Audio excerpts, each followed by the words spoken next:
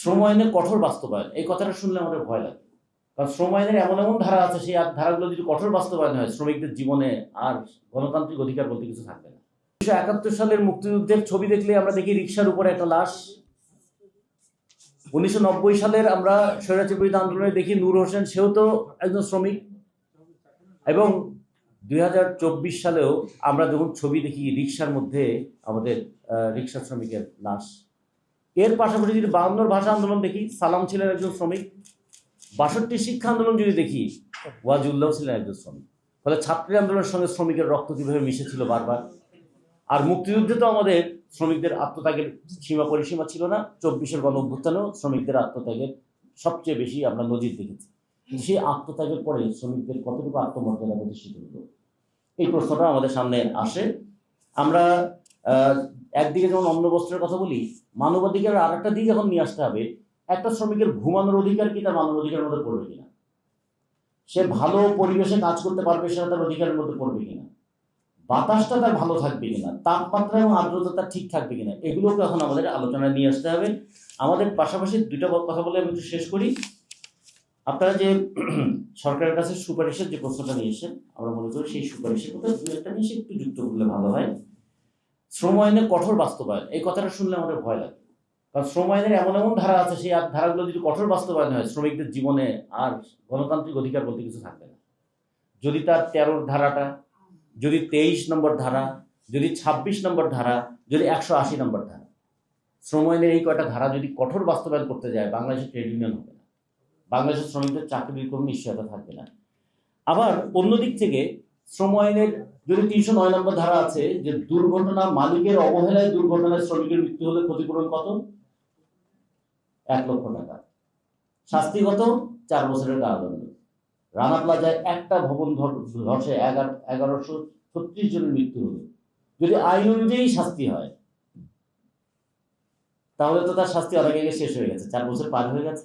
1 লক্ষ টাকা ক্ষতিপূরণ করে ক্ষতিপূরণ না। আর একটা বিষয় কি, কর্মক্ষেত্রে শ্রমিকের মৃত্যু যদি হয়, মৃত্যু হলে শ্রমিকের ক্ষতিপূরণ নির্ধারণ করা হয়েছে 2 লক্ষ টাকা। সরকার বললো আমাদের মাথা পিছু আয় এখন $2,840। $2,840কে 122 দিয়ে গুণ করলে 3,46,000 টাকা হয়। একজন মানুষের 1 বছরের আয় হচ্ছে 3,46,000 টাকা। আর একটা মানুষ মরে গেলে তার মৃত্যুজনিত ক্ষতিপূরণ হচ্ছে 2 লাখ টাকা।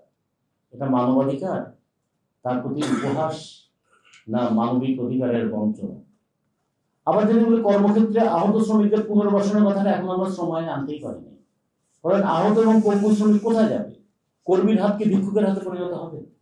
যে সমাজের এবং পরিবারের দায়িত্ব নিতে এসেছিল, সে সমাজ এবং পরিবারের বোঝা হয়ে যাবে। এই মানুষটাকে কে দেখবে? তার অধিকারটা নিশ্চয়তা কোথা থেকে আসবে? এই দিকটা একটু খেয়াল করা দরকার।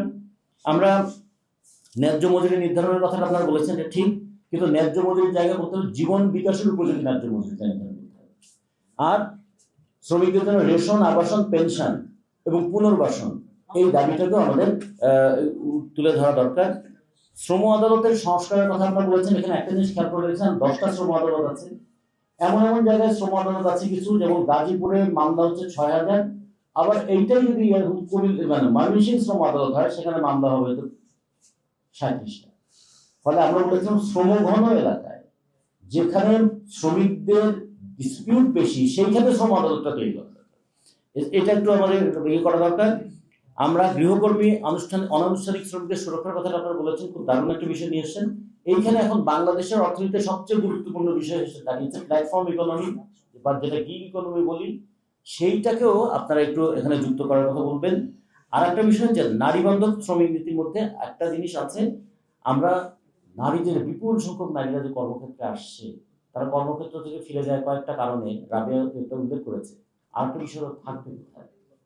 ফলে আমরা প্রত্যেকটা শিল্পাঞ্চলে নারীদের জন্য ডরমেটরি স্থাপন, এবং এখানে ডে কেয়ার সেন্টার আছে, এবং ডে কেয়ার সেন্টারে 6 বছরের পরে তো বাচ্চাকে রাখা যায় না, তারপরে এই বাচ্চাকে কি করবে?